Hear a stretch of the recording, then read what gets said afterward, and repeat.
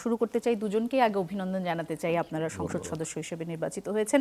জনাব আজিজুল বারী হেলাল, আমি প্রথমে আপনার কাছে যেতে চাই। 21শে ফেব্রুয়ারিতে কি এবার শহীদ মিনারে আপনি ফুল দিয়েছেন? আমি এলাকায় থাকার জন্য এই রাষ্ট্রীয়ভাবে দিতে পারিনি। জি, কিন্তু এলাকায় আপনি দিয়েছেন, সেখানে আপনি কোনো বাধার সম্মুখীন নিশ্চয়ই হননি? না, বাধার সম্মুখীন হবো কেন? জি, রুমিন ফারহানা বাধার সম্মুখীন হয়েছেন। ব্রাহ্মণবাড়িয়ায় তার বলছেন। নিজের আসনে শহীদ মিনারে ফুল দিতে গিয়ে তিনি বাধার সম্মুখীন হয়েছেন। এই ঘটনায় আপনার কোনো মন্তব্য আছে কিনা, অবশ্যই বা আপনি মন্তব্য বিব্রত আছে। কিনা? বিব্রত তো হতেই হবে। একজন সংসদ সদস্য বা সংসদ সদস্য না হলে যদি সাধারণ নাগরিকও হতো, তিনিও ফুল দিতে পারবেন, তাই না? এখন যারা এই কাজটি করেছে তাদেরকে আইডেন্টিফাই করা, ওইখানকার যে আইন শৃঙ্খলা রক্ষাকারী বাহিনী আছে তাদের উচিত। এখনও যদি না, আমি জানি কয়েকজন গ্রেফতার হয়েছে খুব সম্ভব, তাই না? যদি গ্রেফতার, তার এটা খুব নিন্দাজনক ঘটনা। ওইখানে যারা, পুরো ঘটনাটা আমি জানি না, আমি জানি যে তাকে ফুল দেওয়ার সময় ওইখানে একটা অ্যানার্কি সৃষ্টি হয়েছে, এটা বিশৃঙ্খলা সৃষ্টি হয়েছে। তিনি সংক্ষুব্ধ হয়েছেন, এর জন্য যারা জড়িত এটা পুরো তদন্ত করা উচিত, আসলে ঘটনাটা কি, এবং দায়ী ব্যক্তিদের অবশ্যই শাস্তির আওতায় আনা উচিত, আমি এটা মনে করি। এবং পুরো ঘটনাটা কি, রুমিন ফারহানা যেটা বলছেন, আবার তার সাথে যারা প্রতিপক্ষই বলবো, তারাও যা বলছেন, সব কিছু বিবেচনা করে যেটা ন্যায় হয় সেই ন্যায় যেন, জাস্টিস যেন এস্টাবলিশড হয়, এটাই আমার বক্তব্য। জি, রুমিন ফারহানা, আপনার তরফ থেকে আইনি পদক্ষেপ তো নেওয়া হয়েছে, আপনি তো মামলা করেছেন, এরপরে আসলে প্রশাসনের পক্ষ থেকে কি ধরনের পদক্ষেপ নেওয়া হয়েছে? প্রশাসন ওদের আরেকটা কাউন্টার মামলা নিয়েছে, ওরাও আমার নেতাকর্মীদের বিরুদ্ধে পরে মামলা করেছে, একদিন পরে। এই ঘটনায় কারা জড়িত ছিলেন?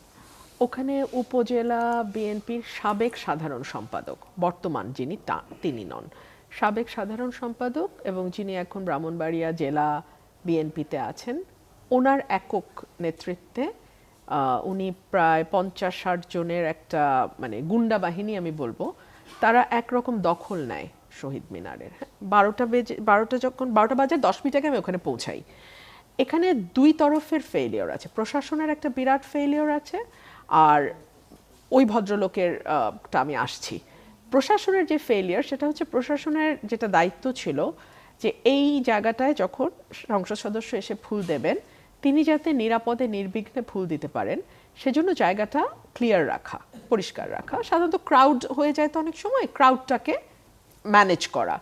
ক্রাউডের কোনো ম্যানেজমেন্ট ওখানে ছিল না, এবং আমার কাছে মনে হয়েছে যে প্রশাসনের একরকমের গা ছাড়া ভাব ছিল, কারণ যেহেতু আমি সরকারি দলের এমপি না, সো আমার উপর আঘাত আসলেই বা কি, আমার নেতাকর্মীদেরকে ফেলে দিলেই বা কি, আমি তো সরকারি দলের এমপি না। সো প্রশাসনের এরকম এক ধরনের গা ছাড়া ভাব ছিল। যেহেতু এটি নবনির্বাচিত সরকার এবং এই সরকারটি যেই দল গঠন করেছে তার সেই দলের সঙ্গে আমি দীর্ঘদিন রাজনীতি করেছি, আমার অনুরোধ থাকবে যে 212 জনের বাইরে যেই বাকি 80-90 জন এমপি আছেন, 88 জন এমপি, তাদের প্রত্যেকের নিরাপত্তা এবং প্রত্যেকে যাতে এলাকায় নির্বিঘ্নে কাজ করতে পারে, সেই ব্যাপারে এখনই সরকারের উচিত হবে স্পষ্ট নির্দেশনা প্রশাসনকে দিয়ে দেওয়া, যে এই প্রশাসন যেন আগের আমলের প্রশাসনের মতো এটা মনে না করে যে এমপি যদি সরকার দলীয় না হয় তাহলে সেই এমপির উপর যে কোনো হেনস্থা হতে পারে, আমাদের এখানে কোনো দায়িত্ব নাই। এটা যাতে প্রশাসন মনে না করে, সেজন্য এই সরকারের, নতুন সরকারের উচিত হবে স্পষ্ট একটি বার্তা দিয়ে দেওয়া, যেটি নতুন সরকার, নতুন রাজনীতি, নতুন স্বপ্ন, নতুন পথ চলা। সো এইরকম পথ চলায় একেবারে সমাজের সবচেয়ে বিরোধী মতের যেই ব্যক্তিটি থাকবে তারও সকল নিরাপত্তা দেবার দায়িত্ব রাষ্ট্র নেবে, 1। 2 হচ্ছে, ওখানে আমার প্রায় 500-600 কর্মী ছিল, আরও বেশি, আর ওদের ছিল 50-60 জনের মতো। সো আমি যদি চাইতাম, ওখানে কিন্তু একটা বাজে ইনসিডেন্ট হয়ে যেতে পারতো, মুহূর্তের মধ্যে হয়ে যেত। আমি আমার নেতা কর্মীদেরকে ধন্যবাদ দেব, তারা সর্বোচ্চ শান্ত থেকেছে। আমার একজন কর্মীকে পিটিয়ে একেবারে মানে তাকে হাসপাতালে ভর্তি করতে হয়েছে, 2 দিন ছিল সে হাসপাতালে, খুবই খারাপভাবে তাকে বেধড়ক মারধর করা হয়েছে। সো পুলিশের চোখের সামনে কিন্তু এই ঘটনাগুলো হয়েছে। আমার প্রশ্ন হলো, পুলিশ অন স্পট কেন গ্রেফতার করলো না? হতে পারে পুলিশের মজ্জাগত একটা ধারণা আছে, দীর্ঘদিন পুলিশ একভাবে পরিচালিত হয়েছে যে সরকারি দলের কোনো নেতাকর্মী যত বড় অন্যায় করুক না কেন তাদের একটা ব্লাইন্ড আই সেখানে থাকবে, তারা চোখ বন্ধ করে দেখে না দেখার ভান করবে। কিন্তু এটা এই সরকারের কাছে তো আমাদের প্রত্যাশা অন্যরকম, তাই না? কারণ 2000 মানুষের জীবন, 30,000 মানুষ আহত হওয়া, একটা গণ অভ্যুত্থান, রক্তাক্ত গণ অভ্যুত্থান, তারপরে নতুন নির্বাচন, নতুন সরকার। সো আশা করব অতীতের যেই ভুল, অতীতের যেই রাজনৈতিক সংস্কৃতি, সেটার পুনরাবৃত্তি হবে না। আশা করব নতুন একটা বাংলাদেশ আমরা দেখতে চাই। জি, গত এক সবার সপ্তাহে সবার কি- জন্য নিরাপদ। গত এক সপ্তাহে কি সেরকম বাংলাদেশের প্রতিফলন দেখতে পাচ্ছেন কিনা? আমার সাথে ঘটনাটি দুঃখজনক, খুবই খুবই খারাপ ঘটনা হয়েছে। আপনি যদি সবই বাদ দেন, হেলাল ভাই যে কথাটা বললেন আমি একদম একমত। ধরেন আমি সংসদ সদস্য না, তাতে কি? আমি তো বাংলাদেশের নাগরিক। অনেকেই আমার বাবার পরিচয় নিয়ে আসছেন যে উনি ভাষা আন্দোলনের মহানায়ক, তো ওনার সন্তান দিতে পারছে না। না, আমি সেটাকেও যুক্তিতে আনবো না। শুধু বাবার সন্তান হিসেবে কেন, বাংলাদেশের একজন নাগরিক হিসেবে আমার শতভাগ নিরাপত্তা নিশ্চিতের দায়িত্ব রাষ্ট্রের। একদম সোজা সাপটা কথা, আমার নিরাপত্তা দেবার দায়িত্ব রাষ্ট্রের।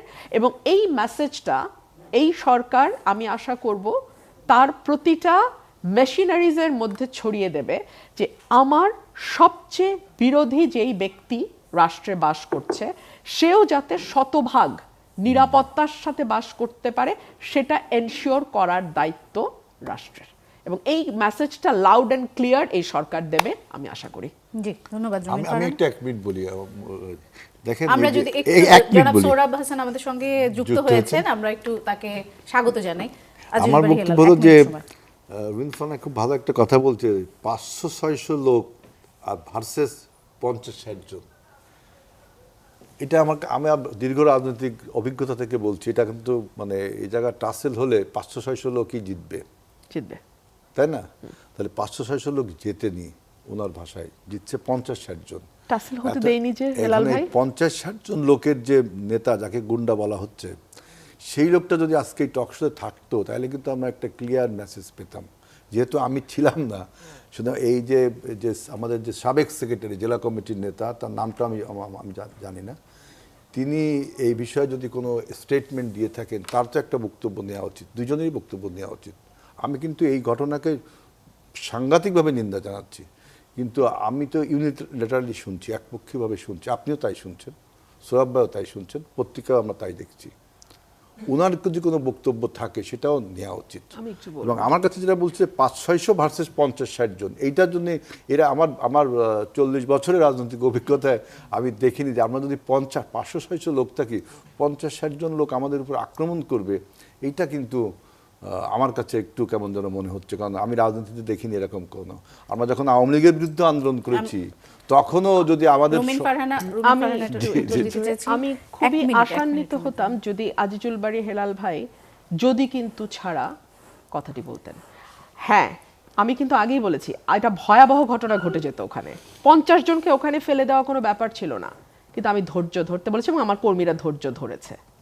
আমার কর্মীরা একদম টু শব্দ করেন, বিকজ আমি বলছি একদম চুপ। আর ভিডিও আছে তো, ভিডিও দেখলে এখন কারো মুখের বয়ান শোনার কোনো দরকার নাই ভাই। আমার ফুল ছেঁড়া হয়েছে, পাড়ানো হয়েছে, এটার ভিডিও আছে। এখন সরকারি দলে গেলে যদি গণমাধ্যমের দিকে চোখ না থাকে তাহলে তো এই সরকার নিয়ে খুব আশান্বিত হতে পারছি না।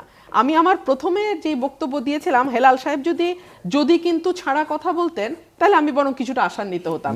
কিন্তু উনি যদি ভিডিওটা দেখেন, পুরো ভিডিও একটা দুটা না, বাংলাদেশের প্রতিটা চ্যানেল সেটা কভার করেছে, পুরো ভিডিও আছে। সেটা দেখলেই আপনি বুঝবেন কেন 500-600 বনাম 50-60-এ আমার নেতা কর্মীরা সর্বোচ্চ ধৈর্যের পরিচয় দিয়েছে। এটা একটা মিরাকেল। আর কিন্তু এই যদি এই মিরাকেলটা যে কিভাবে হলো, আমার কাছে মিরাকেল মনে হচ্ছে। এই যে রুমিন ফারহানা জেতা যেমন মিরাকেল, না, আমরা রুমিন ফারহানা জেতা মিরাকেল না, রুমিন ফারহানা জেতা মিরাকেল না। মিরাকেলটা হলো 500-600 ভার্সেস 50-60 জন হেরে গেল। এরকম ঘটনা পৃথিবীতে একবার ঘটছে। পৃথিবীতে একবার ঘটছে এই ঘটনা। হেলাল সাহেব আপনি বারবার ভুল করছেন। ওখানে আমি কুস্তি লড়িনি, আমি ওখানে শান্ত থাকতে বলেছি। এই কথাটা আপনি বারবার মিস করছেন। ওরা আমার কথা শুনেছে। Leadership, this is leadership. ওরা শুনেছে আমার কথা। এত দ্রুত ডেভেলপড হয় লিডারশিপের উপর আপনারা যারা লেখাপড়া করেছেন লিডারশিপের উপরে, যে একজন লিডারের কথায় 500-700 লোক মুহূর্তের মধ্যে, এবং উনি ওইখানে লিডারশিপটা গ্রো করছে কতদিনের? 10 বছর, 2017 সাল থেকে না, ওই না, এলাকায় আমি কাজ আপনি- করছি। হ্যাঁ, কাজ করছেন, কিন্তু লিডারশিপে আপনার বিএনপি তার সাথে ছিল, তাই না? আপনি বিএনপি থেকে সরে আসলেন যখন, তখন থেকে আমি আপনার এই আমার মনে হয় কথাগুলো আমরা কিন্তু প্রসঙ্গ- আরো সুতরাং আমি 10টা জায়গায় বলছি- ঘটনা ঘটতে আমরা উৎসাহিত একটু করবে। আমাদের সেটাও প্রসঙ্গে থাকি। আমি বলছি যে ওই যে লোকটার বিরুদ্ধে গুন্ডা বলছেন জি। তার বয়ানটা নিলেও ভালো হয়। আমি বলছি যে না, এটা অবশ্যই মিরাকেল, আমার মনে হয় দেখেন এটা এখানে- মিরাকেল, এইরকম 500-600 ভার্সেস ওখানে 50 কার পক্ষে পৃথিবীতে কতজন একবার ছিলেন? ঘটেছে এরকম ওখানে কার ঘটনা। পক্ষে কতজন ছিলেন আমার মনে হয় এই আলোচনা খুব একটা প্রাসঙ্গিক না। না, উনি প্রাসঙ্গিক বলছেন হচ্ছে এইজন্যই এই ঘটনাটি রুমিন ঘটেছে ফারাহ বলছেন বলে এবং আমি বললাম। বলছি যে তারপরে আমার তিনি নেতাকর্মী একটি- যদি তিনি একটি আমার মামলা কন্ট্রোলে করেছেন। না থাকতো ওই দিন ওখানে ম্যাসাকার হতো, আমি সেটাই বলেছি। জি। এবং এরপরে পুলিশ প্রশাসনের আসলে ভূমিকা কি ছিল সেটি আমরা জানতে চাচ্ছিলাম, যে প্রশাসন এরপরে কি ভূমিকা নিয়েছে। আমরা জানতে পারলাম যে এখন পর্যন্ত প্রশাসন খুব বেশি ভূমিকা নেয়নি। জনাব সোহরাব হাসান, আপনার যদি এই বিষয়ে কোনো মন্তব্য থাকে, আরেকটি বিষয়ে আপনার দৃষ্টি আকর্ষণ করতে চাই আমি। নিশ্চয়ই আপনি দেখেছেন যে ঢাকার সোহরাওয়ার্দী উদ্যান, ধানমন্ডি লেক, চাঁদপুর সহ বিভিন্ন স্থানে পুলিশের অভিযানে মারধর, আটকের ঘটনা ঘিরে একটা আলোচনা সমালোচনা চলছে এবং পুলিশকে আমরা বেশ মারমুখী একটা আচরণ করতে দেখেছি। এই আচরণ কি বার্তা দিল? ধন্যবাদ। এখন দুজন সংসদ সদস্য আছেন, তাদেরকে শুভেচ্ছা এবং অভিনন্দন জানিয়ে আমি কথা শুরু করছি। পুলিশ আসলে কি সরকার বদলায়, কিন্তু পুলিশ কি বদলায়? এটা হচ্ছে বড় প্রশ্ন। যেখানেই যা ঘটুক, সোহরাওয়ার্দী উদ্যানে একজনই ছাত্র না, তার সাথে তর্ক হয়েছে, তার 4-5 জন পুলিশ মিলে তাকে পিটানো, তারপর তাকে হাসপাতালে পাঠানো, এবং অন্য অন্য জায়গায় আবার কোথাও কোথাও হয়তো নাগরিকদের মধ্যে তারাও যারা অপরাধী হাতে নাতে ধরা পড়ে তারাও হয়তো বেপরোয়া আচরণ করে। তা পুলিশের মধ্যে একটা এই নির্বাচনের পর তাদের মধ্যে আস্থা ফিরে এসেছে, নিজেদের মধ্যে মনোবল ফিরে এসেছে, কিন্তু সেটা আবার কোথাও কোথাও বাড়াবাড়ির পর্যায়ে পৌঁছে যায়। এটি ভয়ের কারণ। এখন সরকার এটাকে কিভাবে নিয়ন্ত্রণ করবে, নিয়ন্ত্রণ করতে পারবে সেটি। যেমন ব্রাহ্মণবাড়ির যে ঘটনাটি ঘটেছে, শহীদ মিনারের একজন ফুল দেয়া নিয়ে প্রথমত হচ্ছে এটি কেন ঘটবে, এত মানে অনাকাঙ্ক্ষিত, অপ্রত্যাশিত, অবাঞ্ছিত। তো এখন অবাঞ্ছিত ঘটনার যারা ঘটিয়েছেন তাদের নিবৃত্ত করার দায়িত্ব কিন্তু নেতৃত্বের, যে পক্ষেই হোক। এখন এটি সবাই দেখেছেন। আর কতজন ছিল তার চেয়েও বড় হচ্ছে যে এরকম বিএনপি তো ক্ষমতায়, যখন 21শে ফেব্রুয়ারি তো তখন বিএনপি ক্ষমতায় এসেছে। সুতরাং তার বিএনপিরই উচিত ছিল ওখানকার স্থানীয় নেতৃত্বের যাতে কোনো অঘটন না ঘটে, যাতে ওখানকার একজন স্বতন্ত্র সদস্য যিনি কিছুদিন আগেও বিএনপির রাজনীতির সাথে যুক্ত ছিলেন, এখন সাংগঠনিকভাবে যুক্ত নয়, কিন্তু বিএনপির যে কাঠামোর তিনি বাইরে নন, তার সঙ্গে হয়তো তার সঙ্গে বেশিরভাগ মানুষ তার সঙ্গে আছেন বলেই তো তিনি জয়ী হয়েছেন। এখন তারা যদি সংখ্যালঘিষ্ঠও হয়, তারা কেন তার ফুল দিতে, তাকে শহীদ মিনার শ্রদ্ধা জানাতে বাধা দেবেন? এটি যদি অন্য কোনো ঘটনার, আমরা জানি না যে হেলাল ভাই বললেন যে তার প্রতিক্রিয়া পেলে তিনি ওখানে সংবাদ সম্মেলন করে কিছু বলেছেন, আমার মনে হয় না। যদি বলে থাকেন তাহলে আমরা সেটা পেতাম। কথা হচ্ছে যে প্রথমেই তো হচ্ছে এই ঘটনাগুলো কোনোভাবেই কাঙ্ক্ষিত নয়, কোনোভাবেই বাঞ্ছিত নয়। যারা ঘটিয়েছে, আমি মনে করি যে বিএনপির কেন্দ্রীয় নেতৃত্বেরও এখানে হস্তক্ষেপ করা প্রয়োজন। কারণ এটি দলের বদনাম হচ্ছে শুধু ব্রাহ্মণবাড়িয়ার না, সারা দেশেই বিএনপির বদনাম হয়েছে। যারা বিএনপির নন তারা নিজেদের নিরাপদ বোধ করবেন না। আমি আশা করি হেলাল ভাই এলাকা সহ সব জায়গায় এই বার্তাটি দলীয় নেতাকর্মীদের দেওয়া উচিত। জি, আর পুলিশের আমরা গত এক সপ্তাহের সরকার গঠিত হয়েছে, এক সপ্তাহ সময় গেছে, কারণ গত মঙ্গলবারে তারা শপথ নিয়েছেন, আজকে আরেক মঙ্গলবার। এর মধ্যে আসলে সরকার কেমন করলো সেই আলোচিত ঘটনা, কিছু ঘটনা নিয়ে বেশ আলোচনা হয়েছে, কিছু সিদ্ধান্ত নিয়ে বেশ আলোচনা হয়েছে, সেগুলো নিয়ে দর্শকদের সামনে আজ আমরা কথা বলতে চাই। বিরতির পরে এসে আমরা আরও বেশ কিছু বিষয় আছে, কিছু গুজব আছে, যেমন একটি গুজব বাজারে বেশ শক্তিশালী হয়ে উঠছে, সেটি হচ্ছে এবারে নির্বাচন সমঝোতার নির্বাচন। এ ধরনের একটি কথা বারবার বলা হচ্ছে। এই ধরনের কথা কেন বলছিলাম, যে বাজারে বেশ কিছু গুজব শোনা যাচ্ছে, বিশেষ করে নির্বাচনের পর থেকে, এবং একটা গুজব বেশ শক্তিশালীভাবে বারবার ঘুরে ফিরে আসছে, সেটি হচ্ছে যে এবারের নির্বাচন নাকি সমঝোতার নির্বাচন। আপনি কি এই ধরনের কোনো গুজব শুনেছেন? না, গুজব তো গুজব। এখন এটা যে কথাটা বলা হচ্ছে, বিভিন্ন আসন নিয়ে বলা হচ্ছে, সেটি প্রমাণ সাপেক্ষ। অর্থাৎ তথ্য প্রমাণ দিয়ে এটি বলতে হবে, জানাতে হবে যে হ্যাঁ অমুকে হেরে গেছিল, তাকে জেতানো হয়েছে। তো এরকম কার যাদের বিষয়ই আছে। এখন এখানে আমরা দুই পক্ষ থেকেই আমরা অভিযোগ পেয়েছি। একটা হচ্ছে বিএনপি অভিযোগ করেছে যে জামাতের আমির সহ কয়েকটি আসনের, তাই এনসিপির আহ্বায়ক সহ। আবার জামাত ইসলাম থেকে অভিযোগ আসছে যে ঢাকায় বিএনপির চেয়ারম্যান সহ অনেকে হেরে গেছিলেন, তাদের দলীয় প্রধান, তারপর যিনি হব প্রধানমন্ত্রী, তিনি কোনো নির্বাচনে হারবেন এটি তারা মানতে পারেননি। এ কারণে এখন এটা সমঝোতা না ইলেকশন ইঞ্জিনিয়ারিং কথা তো আমরা বেশ আগে থেকেই শুনেছি। নির্বাচন কদিন আগে থেকে, 2 দিন আগে থেকে কি ঘটনা ঘটেছে বিভিন্ন জায়গায়, ভোট কেনাবেচা, ব্যালট আটক, তারপর টাকার বস্তা ধরা পড়া। তো সবটা মিলে নির্বাচনের যে সুষ্ঠু নির্বাচনের যে চরিত্র, যে বৈশিষ্ট্য, সেটি কিন্তু ব্যাহত হয়েছে বিভিন্ন জায়গায়। তারপর জবরদস্তি, প্রশাসনকে ব্যবহার করা, যে যেখানে পেরেছে এটা কিন্তু করেছে, এটা যে করেনি তা নয়। তবে যে এই নির্বাচনের যেটি বলা হয় যে মানুষের যে রায়, মানে মানুষের যে ভোটের যে ফলাফল, সেটি তাতে জনগণের রায়ের প্রতিফলন ঘটেছে। এখন কোনো আসনে ব্যত্যয় হতে পারে, কিন্তু সেটা প্রমাণ করতে হবে। জামাত ইসলামী বলেছে যে 32টি আসনে তাদের জয়ী প্রার্থীকে হারানো হয়েছে। বিএনপির পক্ষ থেকেও এরকম অভিযোগ আছে, কিন্তু বিএনপি নির্দিষ্টভাবে আসনের কথা বলেছে বলে আমার জানা নেই। হেলাল ভাই বলতে পারবেন যে বলেছে কিনা। তবে বিএনপি তো 2/3 আসনে জয়ী হয়েছে, সুতরাং সেখানে বলা। সাংবাদিক হিসেবে আপনার কাছে নিশ্চয়ই তথ্য আছে, জামায়াত এবং বিএনপি কি বলছে সেটির বাইরেও। আপনার কি মনে হয় এবারে নির্বাচন, সমঝোতা নির্বাচন, এই ধরনের কথা কেন ছড়াচ্ছে? এটা আমার মনে হয় না। তাহলে এটা হবে নির্বাচনকে অগ্রাহ্য করা, অস্বীকার করা, এবং আমরা যে 3টি নির্বাচন দেখেছি তার এই ধারাবাহিকতা, এটি কোনোভাবেই নয়। তবে এই যে রাজনৈতিক মহলে প্রশ্নগুলো, এর উত্তর সংশ্লিষ্ট দলগুলোর দেওয়া উচিত, কেন এই প্রশ্নগুলো এসেছে। আর ঢাকা শহরে, বিশেষ করে ঢাকা শহরে আসনগুলোতে প্রতিদ্বন্দ্বিতা এত তীব্র, এবং যারা জয়ী হয়েছেন, যারা পরাজিত হয়েছেন, তাদের ব্যবধানটা খুব কম। আপনি ধরেন আবার কোনো কোনো ক্ষেত্রে, যেমন ববি হাজজাদ যেখানে যে জয়ী হয়েছেন, সেখানে তার যে প্রতিদ্বন্দ্বী মাওলানা মামুনুল হক, তাকে জয়ী ঘোষণা করা হয়েছিল, মানে টেলিভিশনে এই ধরনের খবর এসেছিল। আবার এর বিপরীত ঘটনাও ঘটেছে। তাই সুতরাং এইসব কারণে আমার মনে হচ্ছে যে এটি গুজব, এর মধ্যে সত্যতা প্রমাণ না পাওয়া পর্যন্ত আমরা গুজবে ধরে নিতে চাই। আর এটি সমঝোতার নির্বাচন না, এটি এক ধরনের অবিশ্বাসের নির্বাচন বলতে পারেন, কারণ কেউ কাউকে বিশ্বাস করেনি। কেউ কাউকে কি কোনো নির্বাচনে বিশ্বাস করে যেন সোহরাব হাসান? তাহলে বাংলাদেশের সব নির্বাচনই মোটামুটি অবিশ্বাসের নির্বাচন বলতে হবে আমাদের। আমরা একটু জনাব আজিজুল বারী হেলালের কাছে যেতে চাই। গুজব নিয়ে যেহেতু কথা হচ্ছে, আরেকটি গুজব বেশ শক্তিশালী বাজারে, ছোট করে যদি উত্তর দেন। যে বলা হচ্ছে যে খলিলুর রহমান সাহেবকে যে পররাষ্ট্রমন্ত্রী করা হয়েছে, এটি আসলে বিএনপিকে ক্ষমতা বুঝিয়ে দেওয়ার পুরস্কার হিসেবে তাকে পররাষ্ট্রমন্ত্রী করা হয়েছে। তিনি বলেছেন যে তিনি নিজের ইচ্ছায় মন্ত্রী হননি। তিনি কার ইচ্ছায় মন্ত্রী হলেন তাহলে? আমরা প্রথমে খলিলুর রহমানদের বিরুদ্ধে কিন্তু বিএনপি কিছু কথা বলেছিল, আপনারা জানেন, তাই না?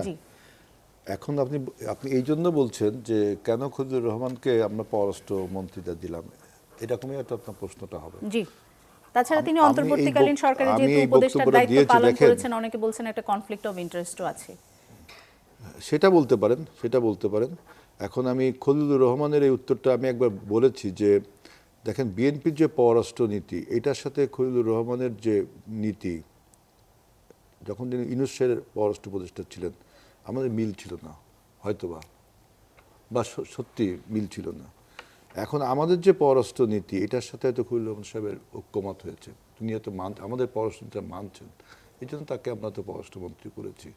সুতরাং এখানে যে কারো কথায় বা কারোর প্রভাবে আপনি গুজব হিসাবে ধরে নিতে পারেন, অথবা আপনার একটা অনুমান থেকেও বলতে পারেন। তাহলে কি আমরা ধরে নিতে পারি যে বিএনপিতে তার চেয়ে যোগ্য পররাষ্ট্রমন্ত্রী হওয়ার মতো কোনো আমাদের ব্যক্তি যে ছিলেন না? পররাষ্ট্র নীতি এবার যে বাংলাদেশ ফার্স্ট, এই যে পররাষ্ট্র নীতি, এছাড়াও আরো কিছু বিষয় আছে, সেসব বিষয়ের সাথে খলিলুর রহমানের সাথে ঐক্যমত ছিল না যখন ইউনূস সরকার ছিল। এখনো তো সেই জায়গাটা ঐক্যমত হয়েছে। সুতরাং এবং তাকে বিএনপি যোগ্য মনে করেছে, কারণ জবাবদিহিটা বিএনপিকেই করতে হবে। পররাষ্ট্র বিষয়ে কোনো ফেইলারকে বিএনপিকেই জবাবদিহিটা করতে হবে।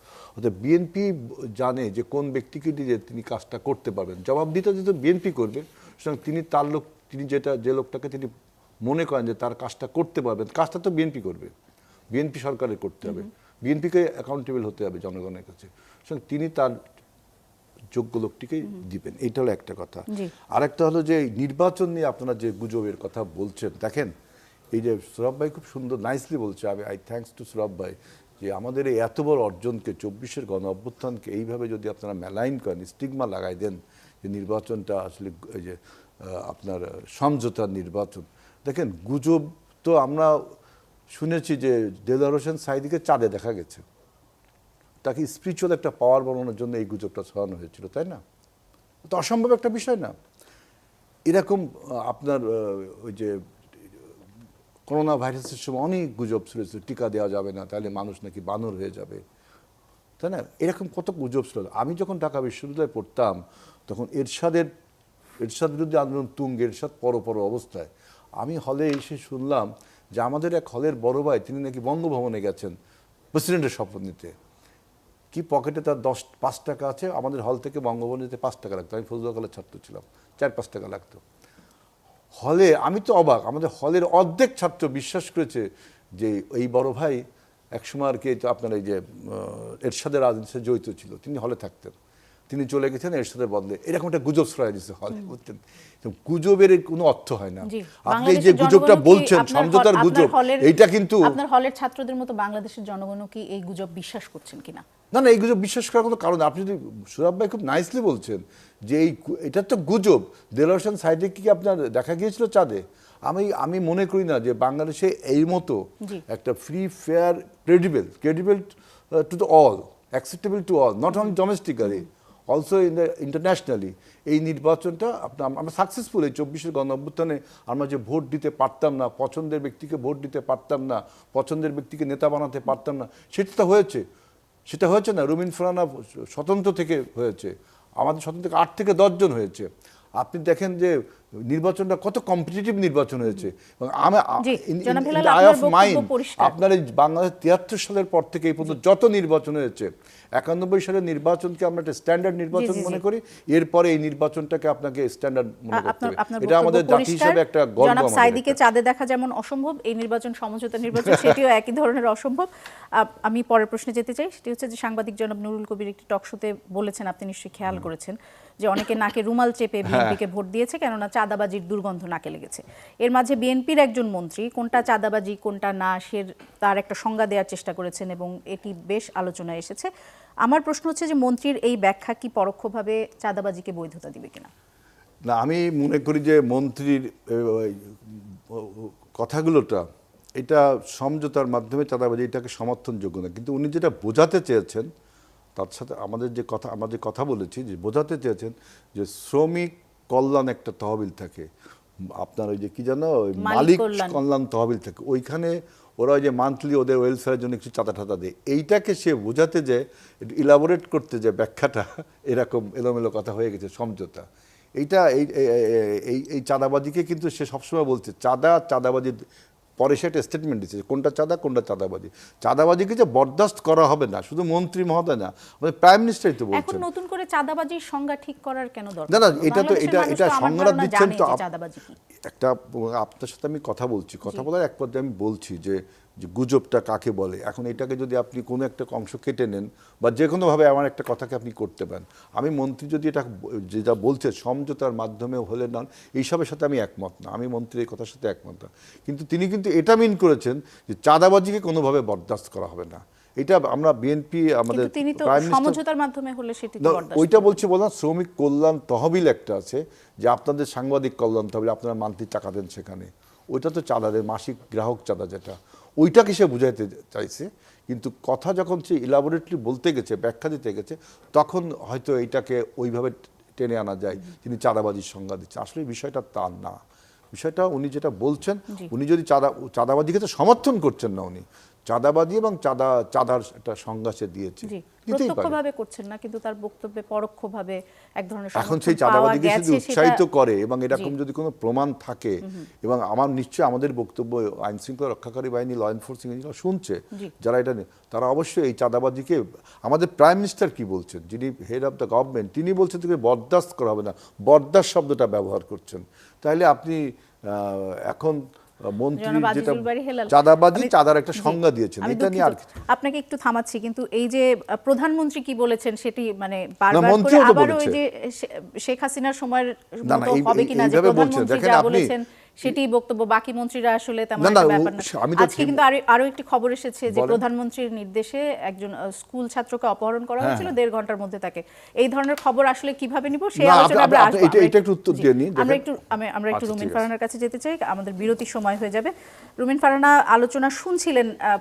প্রথম ভাগে একটা প্রশ্ন করেছিলাম জনাব সোহরাব হাসানকে, যে সরোয়ার্দী উদ্যান, ধানমন্ডি লেক এবং চাঁদপুর সহ দেশের বিভিন্ন স্থানে পুলিশের অভিযানে মারধর, আটকের ঘটনা ঘটেছে, সেটির ভিডিও এসেছে সামাজিক যোগাযোগ মাধ্যমে এবং সেটি নিয়ে ব্যাপক আলোচনা সমালোচনা চলছে। পুলিশের যে এত মারমুখী একটা আচরণ, সেটা আসলে কি বার্তা দিল? এটা দুঃখজনক। আমরা ইউনিফর্ম চেঞ্জ করেছি, গভর্নমেন্ট শুদ্ধ চেঞ্জ হয়ে গেছে, নতুন নির্বাচন, নতুন সরকার, কিন্তু এখনো হয়তো ইনস্টিটিউশনগুলো নিজেদেরকে ওভাবে রিফর্ম করতে পারে নাই। আমাদের এই যে 17 মাসের নানান রিফর্মের কথা আমরা শুনেছি, সেখানে কিন্তু ইনস্টিটিউশনগুলোকেও গঠন করবার জন্য কমিশনগুলো রিপোর্ট দিয়েছে, এবং এর মধ্যে পুলিশের উপরে কিন্তু বিশাল রিপোর্ট জমা পড়েছে যে পুলিশকে কি করে নতুনভাবে ঢেলে সাজানো যায়। আমার মনে হয় যে এই রিফর্ম কমিশনের যে রিপোর্ট আছে, সেটা নিশ্চয়ই সরকারের হাতেও আছে, সেখান থেকে যেগুলো বাস্তবায়নযোগ্য, যেগুলো সত্যিকার অর্থে পুলিশের মধ্যে পরিবর্তন আনবে, অ্যাটিটিউডে, চিন্তায়, কাজে, মানে ইমপ্লিমেন্টেশনে, সেই বিষয়গুলোকে যদি বাস্তবায়ন করে সরকার, তাহলে আদতে কিন্তু সরকারেরই লাভ হবে। আমি আপনার এখানে আসবার আগে আরেকটা টক শোতে কথা বলছিলাম, আমি সেখানে 21শে ফেব্রুয়ারি নিয়ে যথারীতি প্রশ্ন এসছে। আমার কাছে মনে হয়েছে যে দল পাল্টায়, সরকার পাল্টায়, কিন্তু প্রতিষ্ঠানগুলো, যেগুলো পুলিশ বলেন, প্রশাসন বলেন, তাদের কিন্তু যে নীতিগত চরিত্র, সেটা হচ্ছে সরকারি দলের হয়ে সব সময় কাজ করা। মানে সরকারি দল যতটুকু না চায়, যে বলেন না যে ধরে আনতে বললে বেঁধে আনে, তো আমাদের প্রশাসন এবং পুলিশের চরিত্রটা অনেকটা ওরকম। যদি বলে ধরে আনো, তাহলে বেঁধে আনবে। ধরুন আজকে শিক্ষামন্ত্রী একটা চমৎকার কথা বলেছেন, আমার ভালো লেগেছে, যে সন্ধ্যার পরে যদি ইয়াং ছেলেদেরকে রাস্তায় অযথা ঘোরাঘুরি করতে থাকে, পুলিশ প্রশ্ন করবে। এটা কিন্তু ভালো উদ্যোগ, কারণ আমরা গত কয়েক বছরে লেখাপড়ার যে হাল দেখেছি এবং ইয়াং জেনারেশনের মোবাইল আসক্তি, মোবাইলের গেম আসক্তি, 4 জন মিলে মোবাইলে গেম খেলা, মানে আমি তো গ্রামে কাজ করেছি গত 9 বছর, গ্রামের একটা ইয়াং জেনারেশনের পুরো ক্যারেক্টার পাল্টে গেছে। হ্যাঁ, তারা পড়াশোনা করতে হয় না সেরকম, মা বাবার আমাদেরকে এসে প্রশ্ন করে যে শুধু মোবাইল নিয়ে সারাক্ষণ তারা থাকে। সো এই যে ইয়াং ছেলেদের ব্যাপারে একটা বার্তা দিল আমাদের শিক্ষামন্ত্রী। এখন পুলিশ যদি গিয়ে প্রথমেই পেটায়, পুলিশ যদি গিয়ে কোনো ছেলেকে বলে তোমার চুল লম্বা কেন বলে পেটায়, কথার কথা বলছি আমি, মানে ধরে আনতে বলে বেঁধে আনার উদাহরণ দিচ্ছি, ওই সাথে সাথে কিন্তু গভর্নমেন্টের এই ভালো উদ্যোগটাও বা মন্ত্রীর এই ভালো কথাটাও মুহূর্তের মধ্যে খারাপ একটা দৃষ্টান্তে পরিণত হবে। সো এই জন্য আমি বলি, সরকারকে তার নিজের স্বার্থেই প্রশাসনকে নিরপেক্ষ হবার বার্তা দেওয়া উচিত। ধরুন আমার ঘটনায় যদি পুলিশ তো অন স্পট ছিল, সাথে সাথে কারা ওই দখল করেছে, এই ভিডিওর ভাই এটা সবাই দেখেছে, বাংলাদেশের এমন কোনো মানুষ নাই মোটামুটি সচেতন তারা ওই ভিডিও দেখে নাই। সো পুলিশও জানে ওখানে কারা কারা এই দখলদারি কাজটা করেছে। সাথে সাথে যদি তাদের গ্রেফতার করতো, আপনি বলেন তো সরকারের ভাবমূর্তি উজ্জ্বল হতো নাকি হতো না? সরকার কি তার গ্রাম, ওয়ার্ড, ইউনিয়ন লেভেলের কর্মীদের অপকর্মকে বাঁচাতে গিয়ে নিজের ঘাড়ে দোষ নেবে, নাকি সরকার আইনের শাসন প্রতিষ্ঠা, সকলের জন্য আইন সমান, এটা প্রতিষ্ঠা করবার অ্যাটলিস্ট দৃশ্যমান কিছু উদ্যোগ নেবে? এই চয়েসটা কিন্তু সরকারকে মেক করতে হবে। চাইলে কিন্তু সরকারের পক্ষ থেকে যারা টকশো করেন, তারা যদি কিন্তু দিয়ে বিষয়টাকে ডিফেন্ড করার চেষ্টা করতে পারেন, তাহলে কি হবে জানেন? আরো 10টা আসনে উৎসাহিত হবে। শুধু তো আমার আসন না, আরো 88টা আসনেই বিরোধী দলের নেতাকর্মী আছে, এমপি আছে, সেই 88টা আসনকে উৎসাহিত করবে। কিংবা যেই আসনে হয়তো সরকারি দলের এমপি আছে সেখানে কি অন্য দলের লোক নাই, অন্য দলের নেতাকর্মী নাই, তাদের উপর জুলুম করতে উৎসাহিত করবে। কিন্তু যদি কিন্তু ছাড়া this is not permissible, full stop, এটা যদি হয় সরকারের বার্তা শুধু কথায় না কাজে, তাহলে কিন্তু এই বার্তাটা অটোমেটিক্যালি ট্রিকল ডাউন করবে এবং এই বার্তাটা প্রশাসনের সর্বত্র ছড়িয়ে যাবে যে এই সরকার মুখে যা বলে কাজেও সেটা করে দেখায়। ধরুন আমার ঘটনাটা অসম্ভব আলোচিত এবং সরকার মাত্র ওথ নিয়েছে, স্বরাষ্ট্রমন্ত্রীর উচিত ছিল না পুলিশকে ফোন দিয়ে বলা যা হয়েছে নিরপেক্ষ ইনভেস্টিগেশন করো, ভিডিও বাট আছে আমরা দেখেছি, সেই অনুযায়ী ব্যবস্থা নাও। এটা বললেই কিন্তু আমার পুলিশ, আমার ওসি এত ভয় পায় না, আমার এসপি 14 বার ফোন করে বলে না যে আমি পেনাল কোডে মামলা দেন, দ্রুত বিচার আইনে দেওয়া যাবে না। আপনি বোঝেন, কারণ তাদের কাছে তো পরিষ্কার বার্তা যায় নাই। তারা জানে যে আওয়ামী লীগও তো মুখে মুখে বলছে আইনের শাসন আছে, আওয়ামী লীগও তো মুখে মুখে বলছে প্রশাসন নিরপেক্ষ, তো এই সরকারও তো তাই। সুতরাং আমাকে সরকারকে সার্ভিস দিয়ে যেতে হবে প্রতি মুহূর্তে। হ্যাঁ, আমার কাছে মনে হয়েছে যে একটা চমৎকার এক্সাম্পল বিএনপি সেট করতে পারতো, 21শে ফেব্রুয়ারিতেই পারতো। আমি বলেন আমার জায়গায় যে কেউ হইলেও এই কাজটা করা যেত। চাঁদপুরেও সম্ভবত এরকম একটা ঘটনা ঘটেছে। এই দুটো জায়গায় কিন্তু চমৎকার এক্সাম্পল সেট করতে পারতো। কিন্তু ওই যে ইগো বা অহংকার বা ঠিক আছে আমি তো চাই আমার নেতা কর্মীরা এরকম করলে পার পাক, এই যে পার পাক, এটা কিন্তু দিন শেষে সরকারকে একেবারে ঝাঁঝরা করে দেয়। আওয়ামী লীগকে কিন্তু 5 তারিখে আর খুঁজে পাওয়া যায় নাই। আওয়ামী লীগ কিন্তু দল হিসাবে অনেক আগে আওয়ামী লীগের মৃত্যু হয়েছে। আমার একটা বই প্রথমা থেকে বেরোবে খুব শীঘ্রই, সেখানে আমি বলেছিলাম যে পুলিশ প্রশাসন দিয়ে আওয়ামী লীগ ক্ষমতায় ছিল ঠিকই, কিন্তু শেখ হাসিনার একজন রাজনীতিবিদ হিসেবে মৃত্যু হয়েছে আরো অনেক আগে।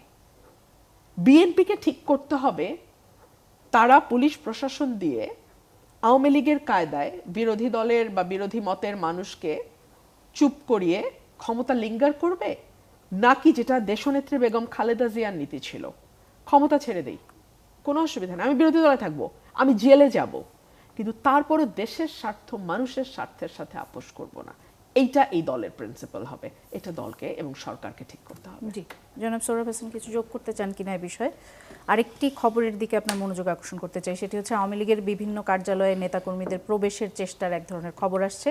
এর নেপথ্যে কি সেটি নিয়ে অনেক জল্পনা কল্পনা চলছে যে বিএনপির সাথে কি আওয়ামী লীগের কোনো আপোষ সমঝোতা হয়েছে কিনা বা জামায়াতের সাথে হয়েছে কিনা, আপনি এই বিষয়ে কি বলবেন? প্রথমত হচ্ছে আইনের শাসন চাইলে কে কোন দল করেন কি করেন তারা আইনের দৃষ্টিতে দেখবেন। সেটা পুলিশের ক্ষেত্রে সত্য, র্যাবের ক্ষেত্রে সত্য। বাড়াবাড়িও করবে না, আইন প্রয়োগ করতে যে বা আইন লঙ্ঘন করবে না, আবার কোথাও চোখ বুজে থাকবে না, মানে অন্ধ হবে না। দ্বিতীয় যে প্রশ্নটা আসছে যে আওয়ামী লীগের সাথে কি সমঝোতা হয়েছে কি হয়নি, আগে যে বললেন না সমঝোতার নির্বাচন, তো এই নির্বাচনে কোথাও না কোথাও তো মানে ভোটের যে গতিবিধি তাতে কিন্তু কোথাও না কোথাও এক ধরনের সমঝোতার আভাস আছে।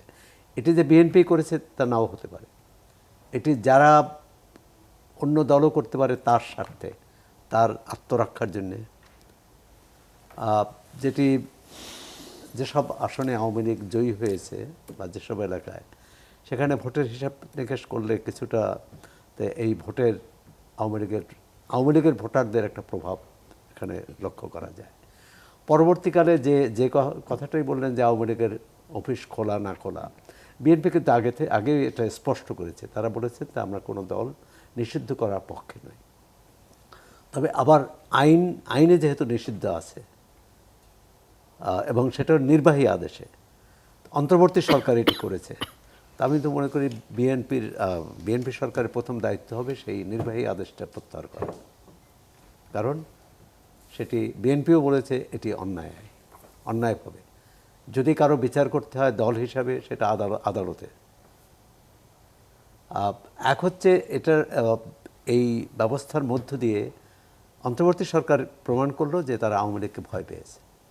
নিশ্চয়ই বিএনপি সরকার আওয়ামী লীগকে ভয় পায় না, তারা আইনানুগভাবে যেটা ন্যায্য, নাগরিক হিসাবে যেটা ন্যায্য, সামনে স্থানীয় সরকার নির্বাচন, সেটি নামে হোক বা বেনামে হোক, যদি নামে হয় তখন প্রশ্ন আসবে যে আওয়ামী লীগের নেতাকর্মীরা এই নির্বাচনে প্রতিদ্বন্দ্বিতা করতে পারবেন কিনা। আর যদি বেনামে হয় তখনও প্রশ্ন আসবে যারা আওয়ামী লীগ করেন তারা প্রতিদ্বন্দ্বিতা করতে পারবেন কিনা। তো সরকারের সামনে কিন্তু অনেকগুলো চ্যালেঞ্জ জি। আছে। ইতিমধ্যে এই যে 6টি আমরা সিটি, একটা বিরতি নিয়ে এসে যদি সে বিষয়ে আলোচনা। আপনি প্রধানমন্ত্রীর হস্তক্ষেপে ঢাকায় একটা অপহরণের 1 ঘন্টার মধ্যে স্কুল ছাত্র উদ্ধারের যে ঘটনার খবর সেটির উপর মন্তব্য করতে চাইছিলেন। জি, আমি বলছি যে দেখেন, অল অন এ সাডেন একটা সচিবালয়ের কর্মচারী প্রধানমন্ত্রীর সামনে গেছেন, যেহেতু আজকে সচিবালয় উনি অফিস করেছেন এবং পুলিশ 1 ঘন্টার মধ্যে সেই উদ্ধার করেছে। জি। সুতরাং পুলিশের আমাদের সক্ষমতা আছে। এখন কথা হলো যে আমাদের যে আপনি পুলিশ প্রশাসনের উপর যে দোষারোপগুলো এখন করছি, আমিও করছি, যে সরদ্দি উদ্যানের যে ঘটনায়, সেখানে আমি যে দেখলাম যে আমি পত্রিকা যেটা বললাম, মাদক সেবীদের ধরেছে। এখন মাদক সেবীদের ধরে আপনি পিটাচ্ছেন, মাদক যারা বিক্রি করে, মাদক যেখান থেকে উৎপাদন হয়, আপনি সেখানে হাঙ্গামা না করে আপনি যারা এই মাদক সেবী বা এরকম কিছু সরদ্দি উদ্যানের ভিতরে ঢুকে আমি তাদেরকে, আমি এইটাকে এই যে নৃশংসভাবে পেটানোকে আমি সমর্থন করি না। এখন আমার বক্তব্য, পুলিশ যদি মাদক যারা বিক্রি করে তাদের উপরে আপনার অভিযান চালাতো, সেটা খুব ভালো হতো। আমরা কিন্তু একটা উত্তরাধিকার সূত্রে একটা এই ফ্যাসিবাদী পুলিশ প্রশাসন পাইছি এবং আমাদের এই পুলিশ প্রশাসন কিন্তু এখন পরিবর্তন হচ্ছে। আপনি দেখেন আজকে আইজি নিয়োগ হয়েছে, তাই না? আজকে আইজি নিয়োগ হয়েছে। এরকম বিভিন্ন প্রশাসনে আপনার নিয়োগগুলো যখন সম্পন্ন হবে, কারণ আমি বলছি লাস্ট টাইমে বিএনপিকে অ্যাকাউন্টেবল হতে হবে জনগণের জন্য। আমরা আমাদের যোগ্য আমার প্রশ্ন ব্যক্তিটিকে হচ্ছে যে আমরা যারা এখন নিয়োগ দিচ্ছি। প্রধানমন্ত্রীর সামনে গিয়ে পড়বো না হঠাৎ করে, আমরা যখন কোনো বিপদে পড়বো পুলিশ কি আমি সেইটাই বলছি, সেই জন্যই বলছি পুলিশকে অবশ্যই করতে হবে। কারণ কি, এবার এই পুলিশের বিরুদ্ধে যে আপনি দেখেন স্লোগানটা কি ছিল, সামনে স্বাধীনতা পিছনে পুলিশ, তাই না? এই স্লোগানটা কিন্তু ছিল না, পুলিশকে এটা ভাবতে হবে। সেই জন্য বর্তমান পুলিশ প্রশাসন আমাদের 7 দিনের সরকারের, আমরা প্রশাসনের সব বদলটা করতে পারিনি। জবাব দিতে তো আমাকে করতে হবে, কিন্তু আমাকে পুলিশ প্রশাসনটা সাজাতে দিতে হবে। আমি যোগ্য ব্যক্তিটিকেই পশাবো। আমার ওই লোকটা যখন কাজ না পারবে তখন আপনি আমাকে আঙুল তুলে দেখাতে পারেন। কিন্তু এখন যে প্রশাসন আপনার রয়ে গেছে, যেমন রুমিন ফাদার ঘটনাটা, এই প্রশাসনটা দেখালে যদি বলেন যে মাদক সেবীদেরকে মেরেছে, না, আমি তো সেটা বলিনি। আমি মাদক সেবীকে আপনি মারবেন তা তো বলিনি।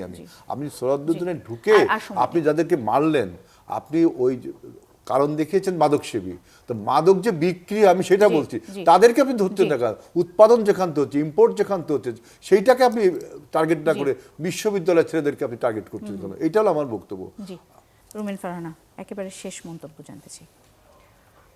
কোন বিষয়ে আপনি এই যে প্রধানমন্ত্রীর যে ঘটনাটা, এটি আপনার কি মনে হয় যে, আমার একবার সংসদে আমি প্রশ্ন করেছিলাম যে মাননীয় প্রধানমন্ত্রী, মানে সিটি কর্পোরেশনের মশা বাড়া থেকে শুরু করে মানুষ হত্যার বিচার পর্যন্ত সবকিছু আপনার কাছে কেন চাইতে হয়?